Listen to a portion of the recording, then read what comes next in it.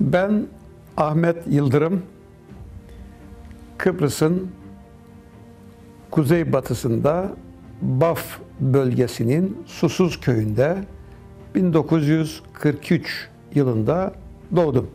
İlkokul tahsilimi yine Baf'ın Susuz köyünde bitirdikten sonra ortaokul ve liseyi devam ettirmek için yine kasaba dediğimiz Baf'ın bir büyük şehirlerinden birisinde Kurtuluş Lisesi'nde devam ettim. Liseden mezun olduktan sonra 6 ay kadar Güzelyurt bölgesinde Argaca, o zamanki adı Argaca, şimdiki Akçay köyüne muhakkat öğretmenlik olarak tayinim çıktı ve orada bir yıla yakın öğretmenlik yaptıktan sonra Türkiye'ye tahsile gitmek için hazırlandım. Kıbrıs'taki iş bulma olanakları o kadar daralmıştı ki daha çok kendinin istediği branşa değil de mezun olduğun zaman gelip iş alabileceğin durumlar incelenirdi. Ona göre bir meslek seçimi yapılırdı. Ben öğretmenliği tercih ettim ve öğretmen olmak için Ankara'nın Dil ve Tarih Coğrafya Fakültesine kaydımı yaptırdım. Bu dönemlerde 63 olayları oluyor ve Kıbrıs'ta çeşitli bölgelerde Rumların baskınları oluyor, yol kesmeleri oluyor ve Türkleri alıyorlar, kaybediyorlar veyahut da gidecekleri yerden engelleyerek onları geri çeviriyorlardı. Bu durum bizi çok endişelendiriyor ve Kıbrıs'a geri gelip vatandaşlarımız ile birlikte nasıl mücadele verebiliriz? Onun yollarını aradık. Bunlar devam ederken biz elimiz kolumuz bağlı duramazdık ve bu fakülteler arasındaki istişarelerle Kıbrıslı öğrencileri bir araya topluyoruz. Mitingler, nümayişler yaparak kamuoyu nasıl oluşturabiliriz? Onların çarelerini bulmaya çalıştık.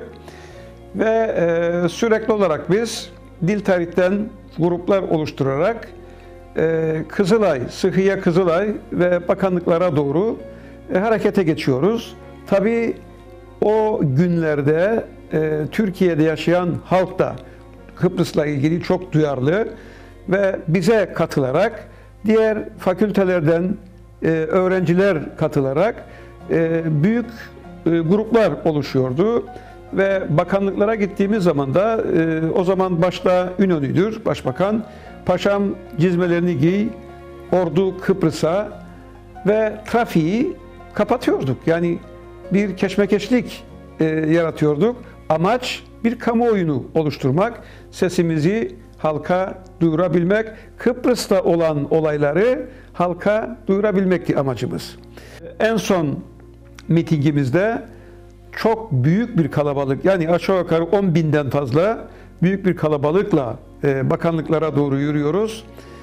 Bu arada Sıkı Yönetim Komutanı Ergüden Paşa inzibatlarla her tarafımızı sarıyorlar ve beni, Oğuz Yorgancıoğlu'nu ve Celal Değgin'i apar topar alarak Sıkı Yönetim Karargahı'na getiriyorlar.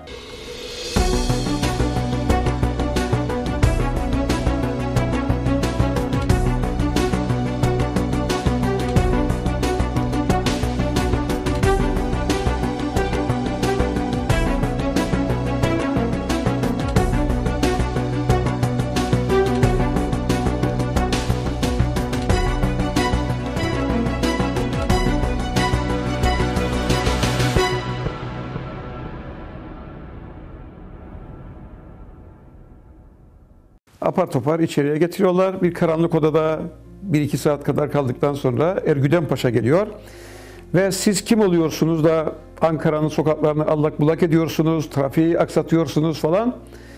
Büyük bir öfkeyle bize bağırıyor. Ve ben o arada öfkesi gittikten sonra komutanım dedim, bu arkadaşımızın yani Oğuz Yorgancıoğlu'nun babasını 3 gün önce Rumlar öldürdü. Dün de kardeşini öldürdüler. Siz olsanız ne yapardınız? Dediğim zaman o öfkeli komutan siniri tamamen gitti ve gayet mülayim bir komutan olarak bize çay ikram etti. Ve siz Kıbrıs'a gitmek ister misiniz? Tabii gitmek isteriz. Savaşmasını biliyor musunuz? Bildiğimiz kadar savaşacağız dedik.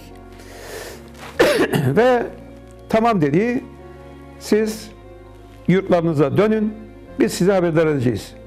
Ve gerçekten bir hafta sonra bize bir haber, 70 kişilik bir ağzı sıkı, yüreği pek bir isim listesi getirin. Ama bu arkadaşlarınız kesinlikle ve kesinlikle böyle bir eğitime gideceğini kimseye söylemeyecek ve ne valiz, ne kitap, hiçbir şey, giydiğiniz elbiseyle gideceksiniz. Gideceğiniz yerde kuş sütünüz eksik olmayacak. Bu şekilde biz bir hafta sonra 70 kişilik bir listeyi oluşturduk ve Ergüden Paşa'ya verdik. Bir hafta sonra bize söz verdikleri gibi Gençlik Parkı'nın yanında Paraşüt Kulesi'nin altında geceleyin saat 7'ye doğru, ki Mart ayıydı, soğuk bir gün, orada bekliyoruz ve gerçekten saat 7'de 2 tane askeri Reo büyük askeri araç gelerek onların içerisinde doluyoruz ve meçhul bir istikamete doğru yol alıyoruz. Aşağı yukarı 4 saatlik bir yolculuktan sonra Zir köyüne vardık. Kısa bir eğitimden sonra, yani ikinci hafta bir albay ve 2 tane binbaşı geldi. Geceleyin elinde bir liste, 20 kişi yazılı. İsimleri okudular, ben de içinde. Ve yine dışarıda bekleyen bir askeri roya bindik, araca. Bir de peşimizden cephane yüklü bir araç, büyük bir reo. O da peş peşe yine meçhul bir istikamete doğru yol aldık ve bir gün bir gece yol aldıktan sonra Anamur'a vardığımızı gördük. Anamur'da bekleyen 9 metre uzunluğunda bir balıkçı sandalı vardı. Bütün mühimmatı ona doldurduk. Bizler de bindik ve gündüzün saat 11'de yol aldık. Biraz kıyıdan denize açıldıktan sonra bir kıyamettir koptu. Fırtına bizi karpuz kabuğu gibi sallamaya başlıyor. Ve o denizde çalkalana çalkalana Erenköy'ün sahilleri saat 11'e doğru, gece 11'e doğru görünmeye başlıyor. Fakat Erenköy'ün sağında ve solunda 2 tane büyük Rum köyü vardır. Kaptanın en küçük bir hatası bu köylere çıkma ihtimali olabilirdi. Bu nedenle köyün sahil kısmında bir kahvehane var. O kahvehanenin pencereleri denize doğru bakıyor. Ahşaptan yapılmış kepenkleri. İçeride kahvenin içerisinde lüks yanıyor. Elektrik yok köyde, lüks yanıyor ve kahveci kepenkleri açıp kapayarak bizim kaptana sinyal veriyor ve o sinyale doğru geceleyin saat 11.30'a doğru sahile yanaşıyoruz. Fakat liman olmadığından köylüler mayolarını giriyorlar. O Mart ayının o soğuk günlerinde geliyorlar, bizi sırtlanıyorlar ve sahile çıkarıyorlar. Biz camiye yerleşiyoruz. Geride kalan diğer cephaneyi de köyün mücahitleri çıkararak onları da camiye taşıyorlar. Bir gece kaldıktan sonra camide sabaha doğru yarbay, orada bekleyen bizi yarbay vardı. Sadi Yarbay, o geliyor ve bizi 5'er kişilik gruplara ayırarak köyün yüksek tepelerindeki köy mevzilerine Erenköy'deki köylü mücahitlere takviye olarak gönderiyorlar.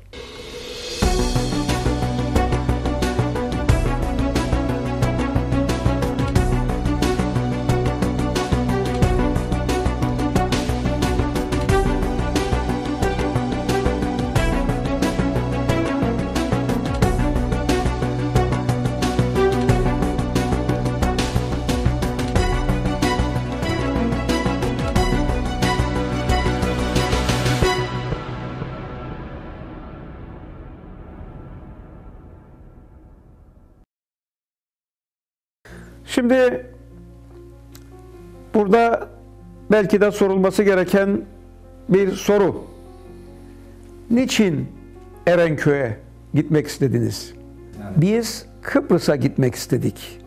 Ama Kıbrıs'a gitmek isterken de biz üniversite gençliği olduğumuz için Türkiye hükümeti bizi gözden çıkaramayacağı için bir mutlaka müdahale etme gereksinimini hissedecek ve 1960 Anayasası'na göre kendisine tanınan müdahale hakkını kullanmak için ilk müdahalesini gerçekleştirmiş olacak. Yani Türkiye'mize bir zemin hazırlamak amacıyla ve dünyada böyle bir olay görülmemiştir. Yurt dışında bulunan öğrenciler hepsi 19-20 yaşında mesut bir hayat yaşarlarken, çünkü o yaşta kız arkadaşı olur, nişanlısı olur, geleceği için bir tahsil yapıyor, geleceğini hiçe sayarak, her şeyi geride bırakarak, kitaplarını kapatarak böyle tehlikeli bir maceraya atılan böyle bir gençlik, vatan sevgisi dolu böyle bir gençlik tahmin ederim ki yoktur. İkinci amacımız ise Türkiye'den gelecek olan silahların salimen Erenköy'e çıkışını sağlamak ve çıkan silahların da Erenköy'den Lefkoça'ya salimen aktarılmasına yardımcı olmaktı. Biz 2 sene bu oluşumu gerçekleştirdik ve hatta 1974 Barış Harekatı'nda mücahidin kullanmış olduğu silahların %90'ı Erenköy'den nakledilen silahlardır. Şimdi Erenköy Anamur'a en yakın bir sahil köyü olduğu için, yani aradaki mesafe 72 kilometre. Dolayısıyla herhalde Erenköy onun için tercih edilmiştir. Şimdi Erenköy daha önceleri de, yani bizim çıkışımızdan önce de yine Anamur'dan silah gidip satın alıyorlar ve Erenköy'e getiriyorlardı. Fakat bu silahlar böyle çok büyük bir miktar değildi. Paralarının, güçlerinin yettiği kadar silah alabiliyorlardı. Bu nedenden dolayı Erenköy halkının bu vatanseverlik, vatan duygusu hiçbir zaman unutulamaz, unutulmamalıdır da.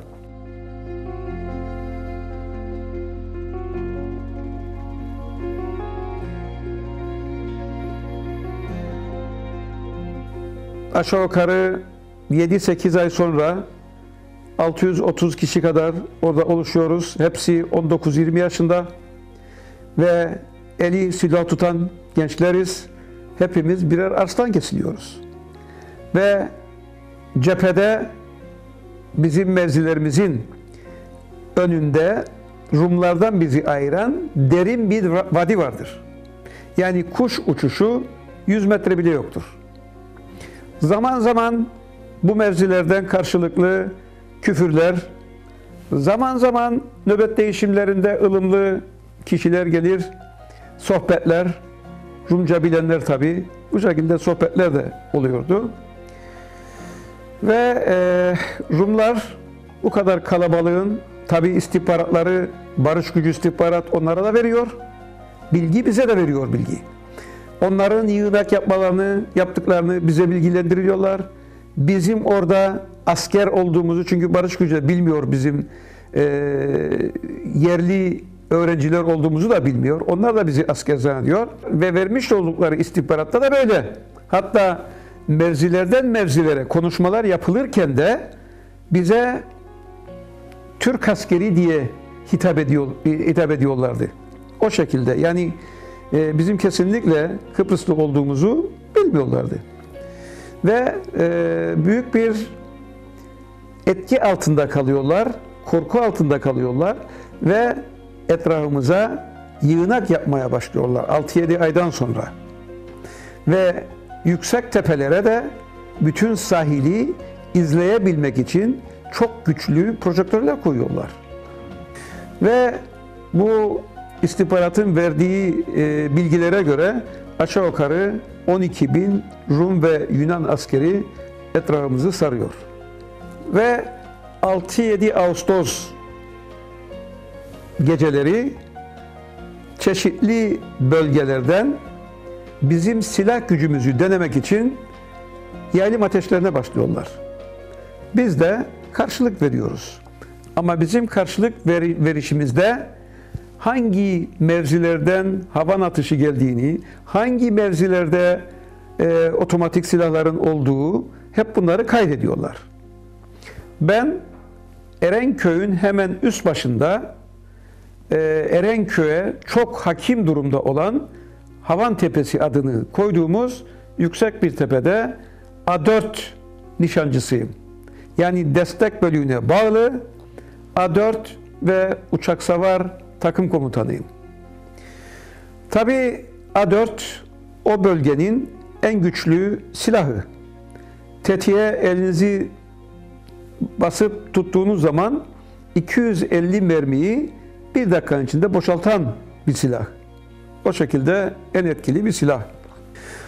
Tabii Rumların da en çok düşürmeye, susturmaya çalışacağı yine biziz. Bu kan kusan silahlar.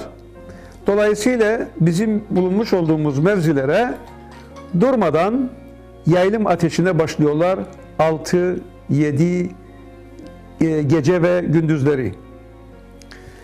Bu arada tabii ayın 7'sinde 7 Ağustos'da Baf köylerinden çıkıp gelen Rum ve Yunan birlikleri geçtikleri Rum köylerindeki halka da diyorlar ki ne duruyorsunuz? Binin otobüslere gelin, Türkleri denize nasıl dökeceğimizi göresiniz. Onlar da otobüslere biniyorlar ve 8 Ağustos günü bizim denize nasıl döküleceğimizi görmek için yollara düşüyorlar. 7'yi 8'e bağlayan gece var güçleriyle asılıyorlar ve yer yerinden oynuyor, adeta Erenköy bir cehenneme dönüşüyor. Atılan havan topları, bazukalar haddi hesabı yok. Hatta bazı havan ve bazuka mermileri havada birbirleriyle çarpışıyor ve makineli silahların çıkardığı mermi çekirdekleri havada böyle oğul çıkaran bir arı, kovanından çıkmış arılar gibi o şekilde gölge yapıyordu.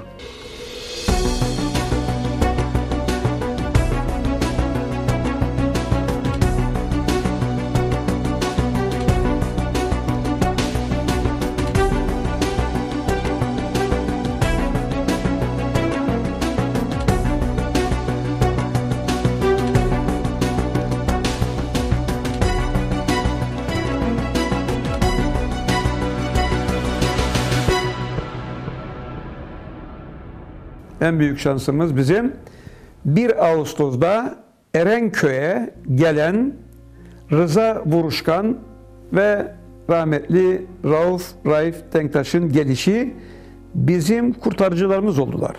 Çünkü Rıza Vuruşkan bir Kore gazisi ve aynı zamanda Türkiye'nin Atatürk Türkiye'sinin yetiştirdiği ender subaylardan birisiydi. Ve aynı zamanda Türk Mukavemet Teşkilatı'nın da kuruluşunu yapan bir albaydı. Dolayısıyla savaşın nasıl olabileceğini, hangi şartlarda olabilmesi gerektiğini çok iyi bilen bir komutandı. Ve 1 Ağustos'ta geldiği zaman bu barış gücünden almış oldukları istihbaratı değerlendirerek barış gücü vasıtasıyla Rumların taarruzunu ne kadar geciktirebilirse bizi o kadar organize etmeye zaman bulma ümidiyle uğraş veriyordu. Nitekim geldiğinin 2. günü bizim tepeye geldiği zaman biz kocaman bir A4'ün mazgalı olarak 2 tane büyük taşı yan yana getirdik. Arasından da namluyu uzattık. Gelip gördüğü zaman bu ne çocuklar dedi. Karşıdan gelen bir mermi bu kayalara vurduğu zaman 10 mermi olur, 20 mermi olur.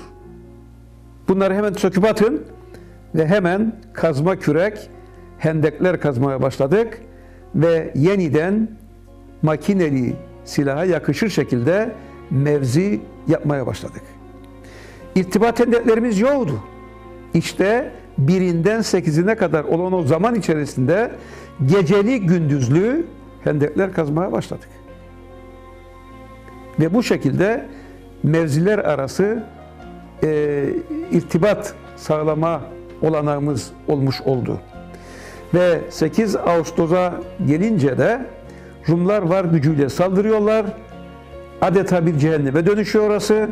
Bizim o Erenköy bölgesinde 5 tane Türk köyümüz vardı.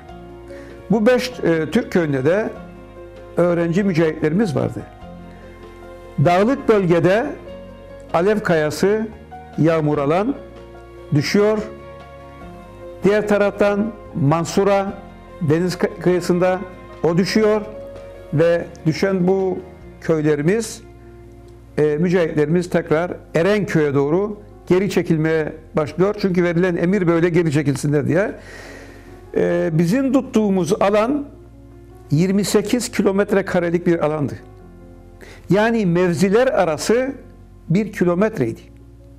Davar geçse kimsenin ruhu sezmezdi.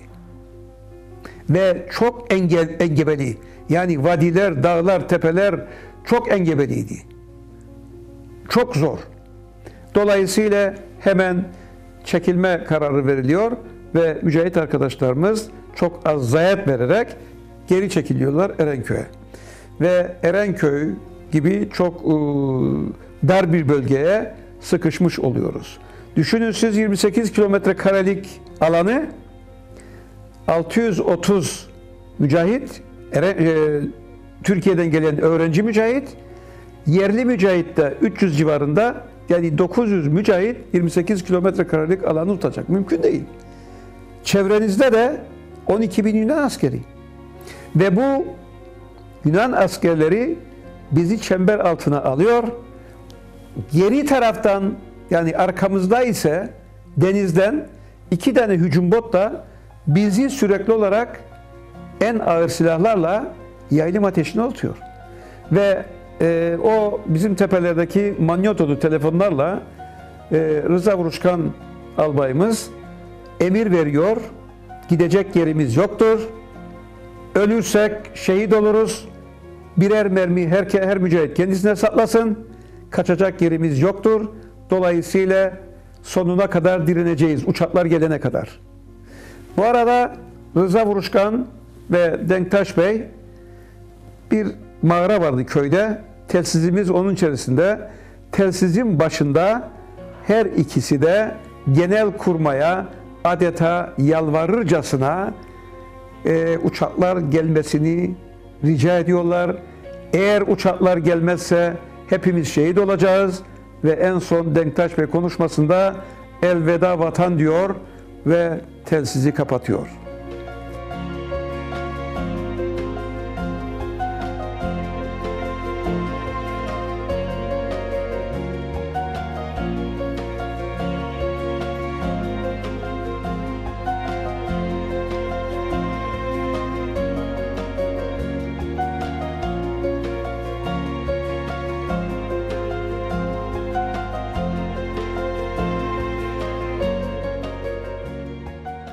Bir 20 dakika geçtikten sonra Rıza Vuruşkan'ı telsize çağırıyor. Telsizci arkadaşımız. Rıza Vuruşkan gidiyor ve gelen haberden çok mutlu olacak ki büyük bir heyecanla mağaradan dışarıya fırlıyor ve sesinin çıktığı kadar geliyorlar diye büyük bir heyecanla bağırıyor. Ve hemen yine o manyetolu telefonları çalıştırıyor. Bütün tepelere, mevzilere, mücahit arkadaşlarımıza deniyor ki beyaz işaret bezleri ne kadar varsa mevzilerinizin önüne serin ki uçaklar geldiği zaman sınırımızı görebilsinler.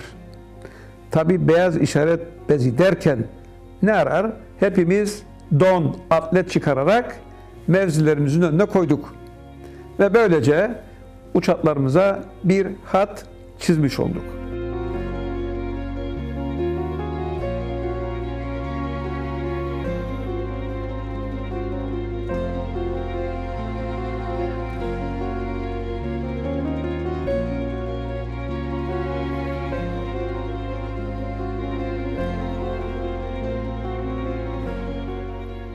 O konuşmanın, yani o yalvarmanın, yakarmanın neticesinde uçaklar geliyor. Ama ilk etapta gelen 4 tane F-104 bizim tepemizde uçuyor. Biz bayrakları sallıyoruz, kucaklaşıyoruz. Sonsuz bir mutluluk. 15 dakika kadar bu 4 uçak bizim hudutlarımız üzerinden uçuş yapıyor. Biraz yüksekten. Ses hızını da açarak uçuyorlar ve hiçbir ateş tehdidinde bulunmadan geri gidiyorlar.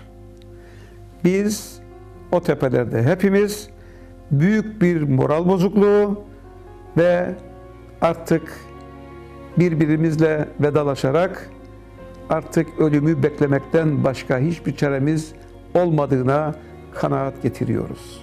Moral sıfır.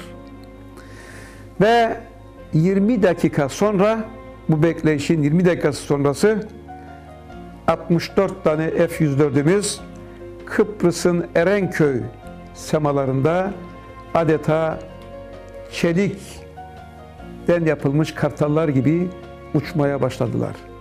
Ve bunlar bir kısmı deniz üstünde, bir kısmı da filolar halinde dörder dalışlar yaparak o Rum mevzilerini böyle hallaç pamuğu gibi makineli silahlarla atılan napalm bombalarıyla adeta darmadağın ediyor.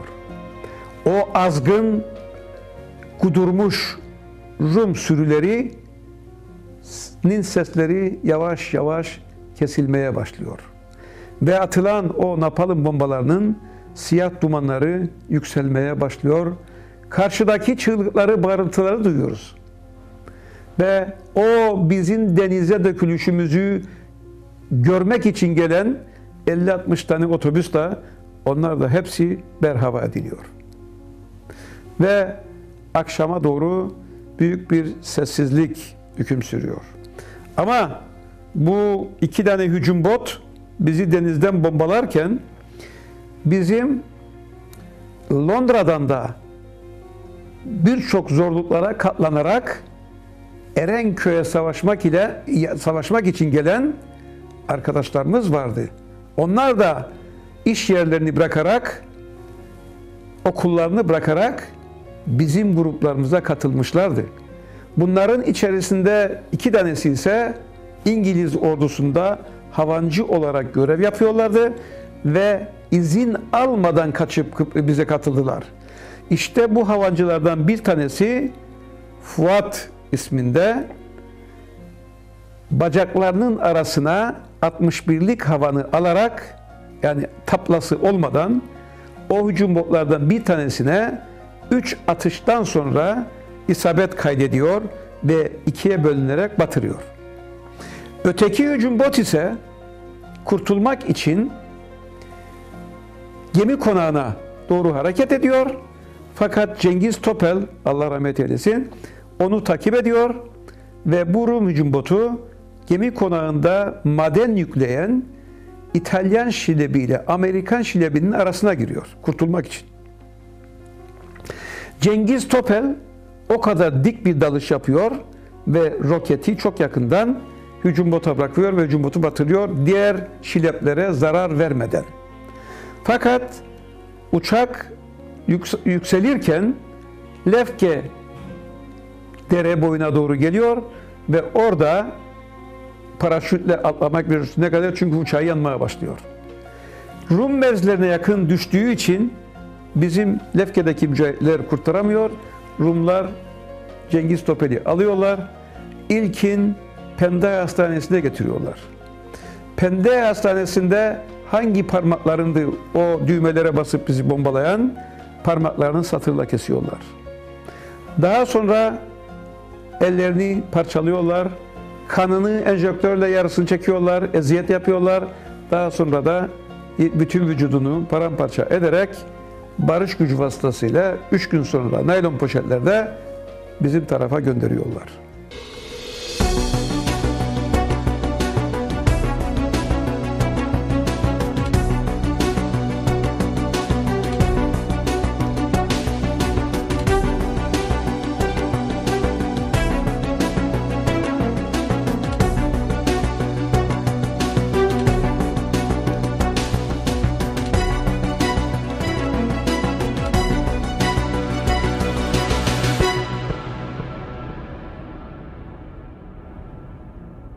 Biz Erenköy'deyken eğer uçaklar gelmemiş olsaydı biz hepimiz orada şehit olacaktık.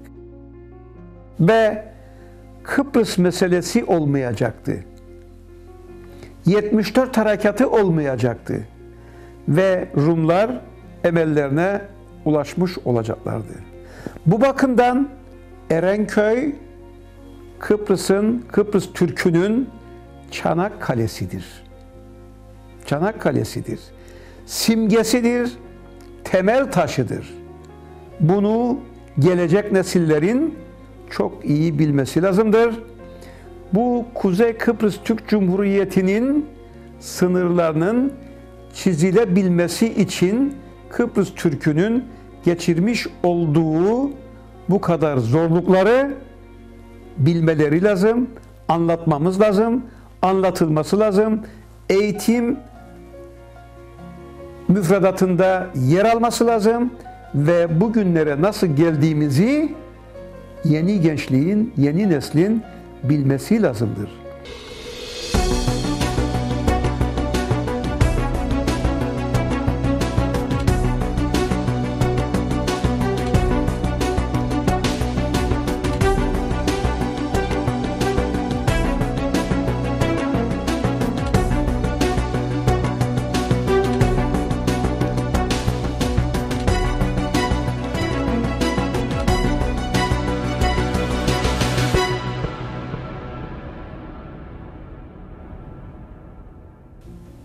Çoğu zaman bu geriye dönüşü anlatmak istememizin sebebi de gelişimiz heybetli oldu ama dönüşümüz bizi biraz üzdü. Neden üzdü? Çünkü biraz esir muamelesi olarak gördük.